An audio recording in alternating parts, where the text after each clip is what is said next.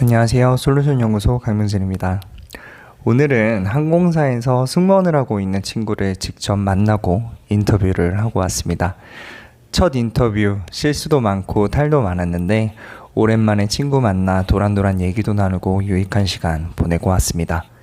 2021년 솔루션 연구소 유튜브 프로그램 그래서 너의 직업은 시작합니다.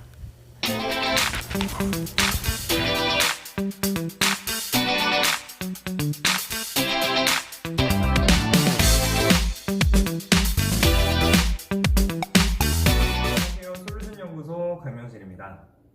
오늘은 그래서 너의 직업은 첫 번째 직업 승무원입니다. 그래서 특별한 게스트 한 분을 모셔왔는데요. 참 아름다우신 분이 오셨어요. 네, 이희진 씨 모셔보겠습니다. 네, 간단하게 자기소개 좀 부탁드릴게요. 네, 안녕하세요 여러분. 저는 숙명여자대학교 르꼬동 블루 외식경영학과를 졸업하고 이제 입사 3년 차인 객실 승무원 이희진입니다. 반갑습니다. 반갑습니다. 숙명여자대학교 르꼬르동블루학과를 졸업하셨다고 하는데 저는 르꼬르동블루학과가 외식경영 관련 학과라고 알고 있어요. 저도 자세하게는 잘 모르고 생소해 하시는 분들이 좀 계실 것 같은데 간단하게 르꼬르동블루학과에 대한 소개를 좀 부탁드릴게요. 네, 저희 르꼬르동블루 외식경영학과는 프랑스에서 유명한 요리학교, 르꼬르동블루 학교랑 협약을 맺어서 탄생한 학과고요.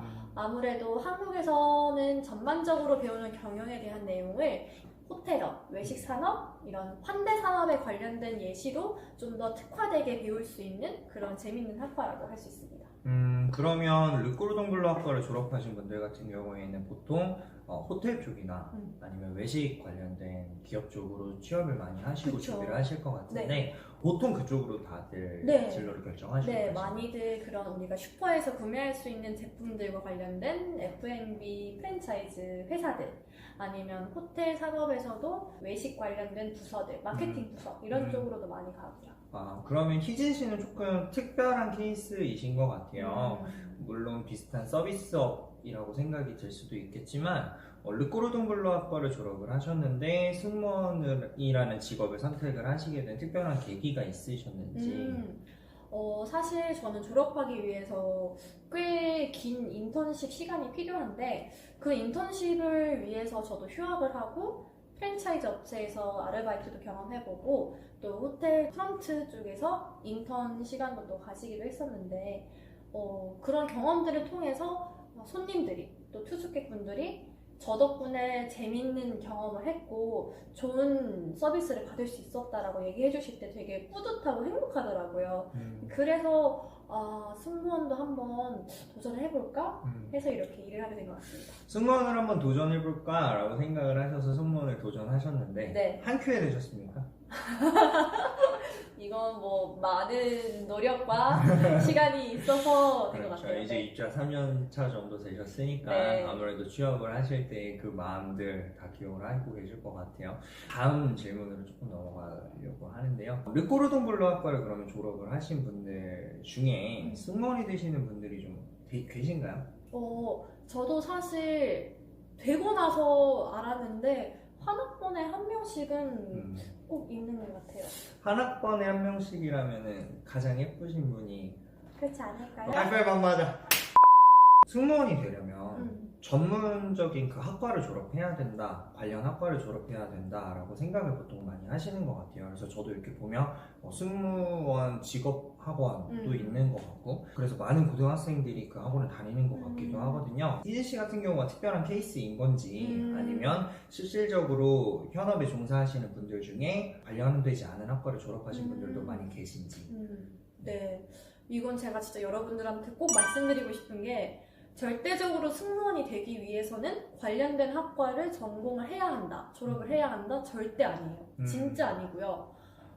저는 서비스 관련 학과니까 그래도 연관이 있지 않나요? 라고 하겠지만 제 동기들을 보면 패션 관련 학과, 수학과, 아니면 교육학과, 체육 관련 학과 이런 쪽에서 전공을 하고 승무원을 선택해서 지금 일하고 있는 동기들도 있습니다.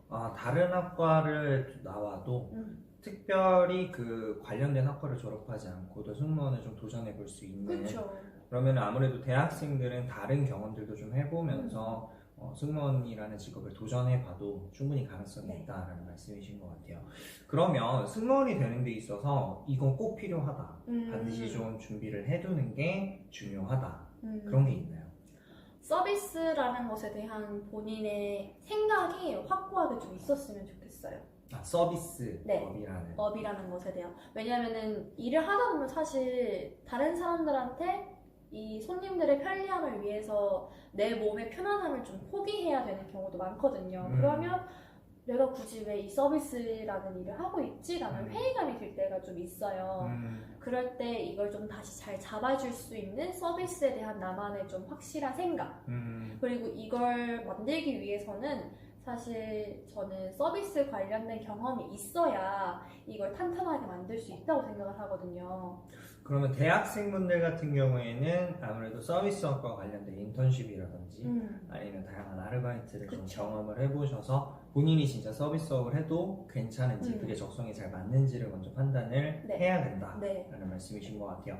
그러면 또 부가적으로 더 준비를 해야 되는 것들이 있잖아요. 네. 사실 저는 영어, 중국어 몇 개 국어 정도는 돼야 외국인들을 이렇게 만났을 때 당황하지 않고 잘 할 수 있지 않나 라는 그런 생각들을 좀 하는데 영어 잘 하시나요?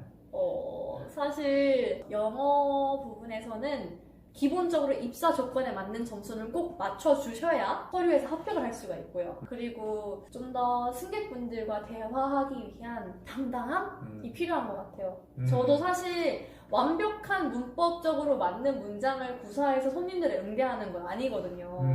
네, 이거와 관련해서는 정말 일단 내뱉을 수 있는 자신감? 그리고 사실 저도 중국어랑 일본어는 못해요. 아, 그러면 입사 조건에서 영어가 보통 몇 점 정도 돼요? 제가 기억하기론 토익 점수가 550점이었던 것 같아요. 지금은 또 달라졌을 수도 있고. 550점이면 사실 그렇게 높지 않은 것 같은데 모르죠. 높은가요?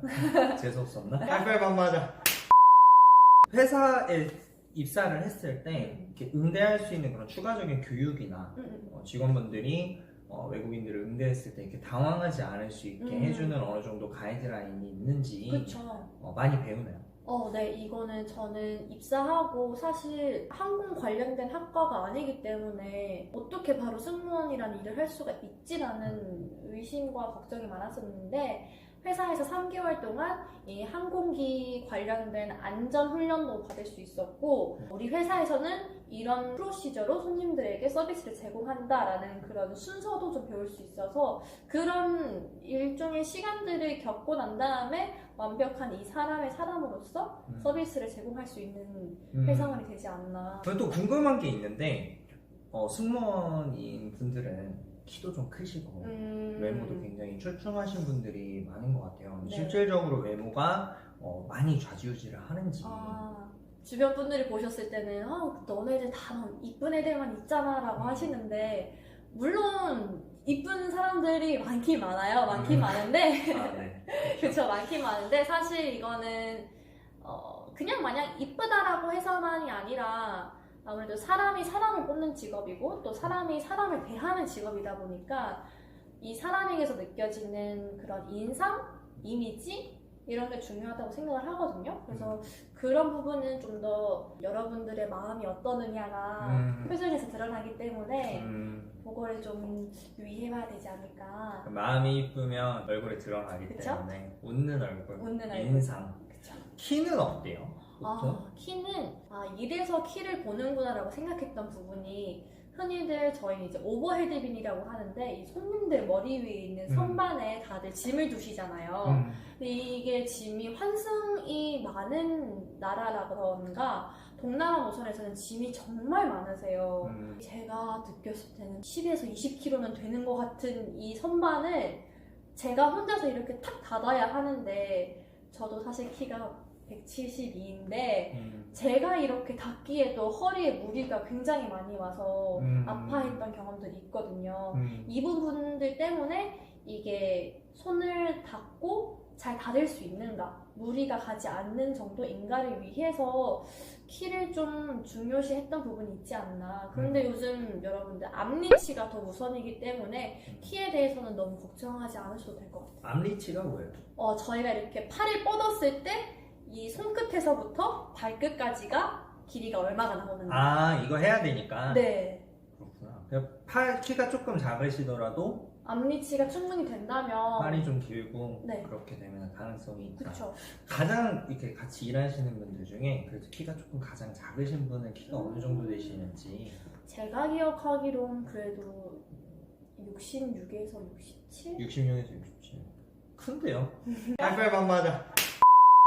중국어나 이제 뭐 일본어 이런 다른 특기가 좀 있으신 분들은 조금 더 입사를 하는 데 있어서 우대를 받으시는 게 좀 있나요? 우대라기보다는 일할 때 좀 더 수월하게 응대할 수 있는 일할 때 정도? 수월하게 네. 응대할 수 물론 플러스적인 요소는 있을 수 있을 것 같아요. 그러면 대학생분들이 어떻게 이제 취업을 준비하시는 분들은 이렇게 좀 마음을 갖고 준비를 해보시면 될 것 같은데 고등학생분들도 상당히 많으세요. 네.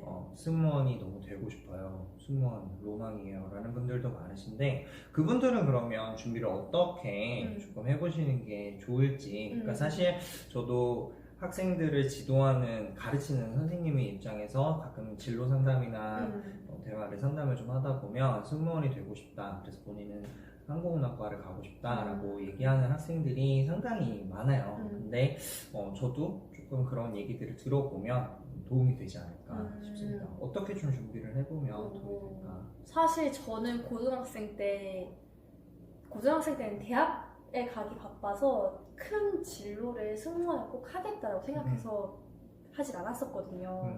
근데 오히려 그런 생각 없이 일단 내가 무슨 일을 하기 위해서라도 이게 후회가 되면 안 되겠다라는 마음을 먹고 그 순간순간에 열심히 했던 게 뒷받침이 될 수 있지 않았을까라고 생각하거든요. 그래서 학생이신 분들한테는 사실 저는 그 학생 신분에 맞는 공부를 잘 해두시는 게 혹시라도 내가 이것 때문에 떨어진 건 아닐까? 이것 때문에 내가 좀 불이익을 받는 건 아닐까? 이런 후회가 남지 않게 순간순간 최선을 다하시는 게 우선이지 않을까.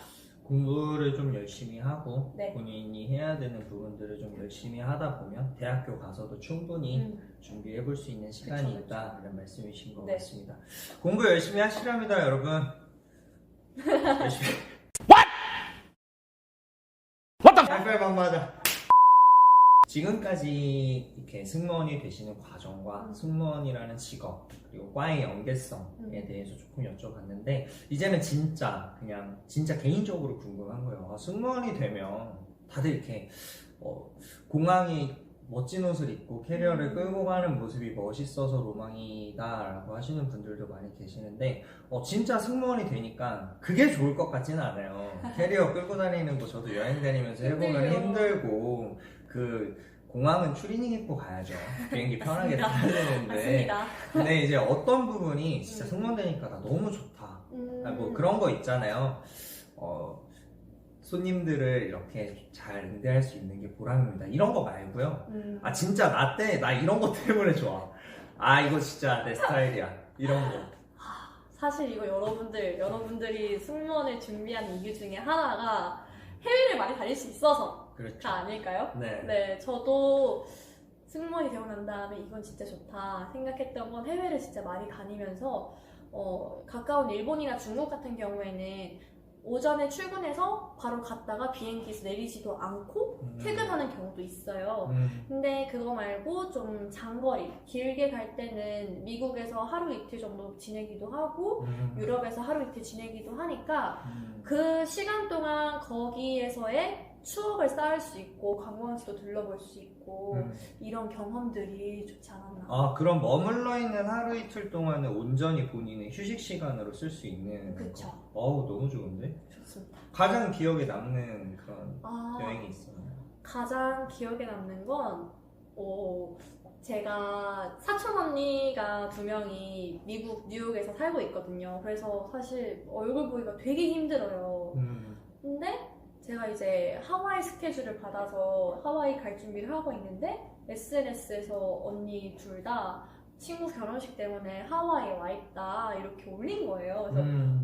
언니 하와이야? 혹시 음. 언제까지 있어? 나 그러면 이때 비행 가는데 우리 시간 맞으면 보자 라고 해가지고 진짜 거의 한 4, 5년 동안 못 봤던 언니를, 국내에서도 볼 수 없었던 언니를 하와이에서 만나서 같이 재밌게 놀았던 기억이. 만약 한 번 만나려면 그러면 굉장히 많은 돈을 들여야 만날 수 있는 그런 사이인데 일 때문에 네, 일 잘 덕분에.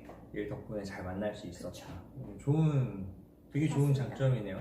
항공 할인 뭐 이런 것도 있잖아요. 아. 항공권 할인, 호텔도 막 할인해주고 이런 게 있었던 것 같은데. 그런 건 여러분 입사하고 난 다음에 회사에서 열심히 알려줄 거예요. 아, 그래요? 장점이 좀 많은 것 같습니다. 저도 승무원 하이파이브 한번 하자. 지금까지 이렇게 좋은 얘기 많이 들었는데 이 영상을 보고 계신 승무원을 꿈으로 갖고 계신 분들에게 마지막으로 한 말씀 부탁드릴게요. 마지막으로 여러분들 진짜 승무원을 꿈꾸시는 분들은 와, 공항에서 유니폼 입고 정말 멋있게 다닌다, 해외도 가고 좋지, 정말 좋은 직업이지, 비행기도 공짜 타는 거 아니야? 라고들 많이 생각하실 거예요. 그럼 멋있고 좋은 부분들이 있어서 승무원이 되려고 하시는 분들이 많으신데, 동전의 양면처럼 그 좋은 부분에는 그만큼 준비를 하기 위한 나만의 이런 좀 고통스러운 시간도 분명히 있거든요. 그건 어느 직업이든 상관이 없어요.